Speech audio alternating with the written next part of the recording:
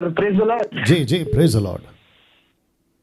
हाँ सर, मेरा दुर्गेश कुमार है, मैं सिद्धार्थ नगर से बोल रहा हूँ। यूपी में आता है सिद्धार्थ नगर, गोरखपुर के पास में है सर। जी बोलिए।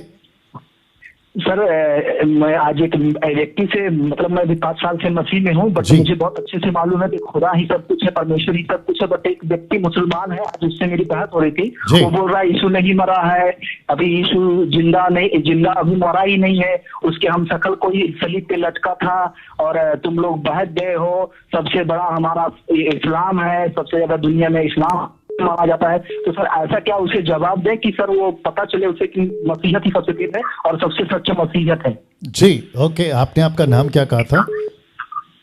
मेरा नाम सर दुर्गेश कुमार है, मैं सिद्धार्थ में। दुर्गेश कुमार, ओके, यूपी होंगे शायद, ये उत्तर प्रदेश से होंगे। दुर्गेश जी, आप भी लाइन पे बने रहें। 1400 लोग जो आप देख रहे हैं, मैं हमेशा कहता हूँ वो चाहे मुस्लिम हो, सबको रिस्पेक्ट करते हैं, कोई दुश्मन नहीं है हमारा। हिंदू हो, मुस्लिम हो, बौद्ध हो, पारसी हो, यहूदी हो, हमारा कोई दुश्मन नहीं है, ठीक है ना। ये जितने भी डिनोमिनेशन है, हमारा कोई दुश्मन नहीं है। लेकिन अगर वो ये कहते हैं कि तुम बहक गए हो, तो वो लोग कौन होते बोलने वाले?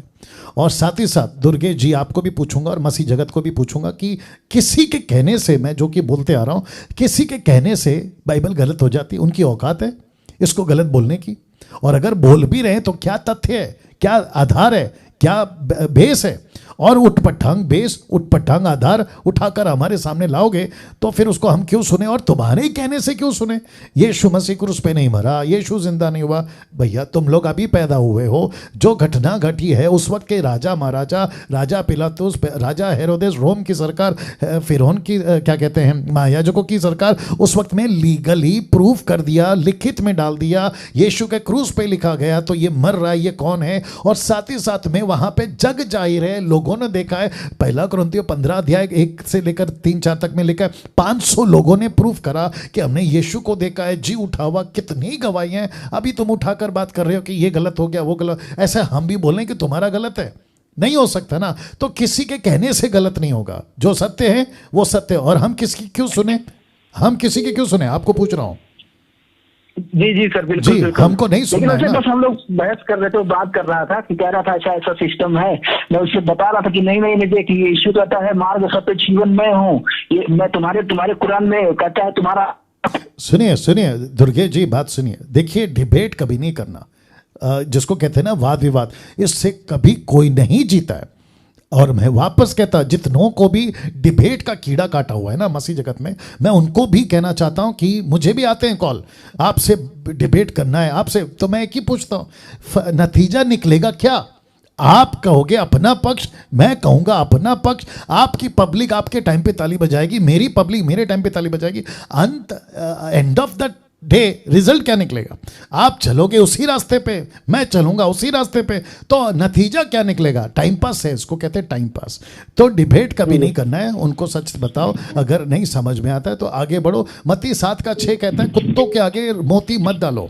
अब प्रभु का वचन मोती है, तो जिसको समझना है वो समझेगा। और एक बात बता देता हूं, लगे हाथ आपको भी और जितने दर्शक हैं उनको भी, यीशु का सुसमाचार प्रचार करते वक्त किसी के बाप से नहीं डरना। नंबर 1, यीशु का प्रचार जब आपने कर दिया, अगर वो नहीं सुनता है, बड़े शान से अपने पैर की धूल झाड़ो और उसको नमस्ते करो और अगले व्यक्ति को ढूंढो। That's it. हम किसी के सामने गिड़गिड़ाकर बेचारा सा बनकर यार सुन लो, क्यों?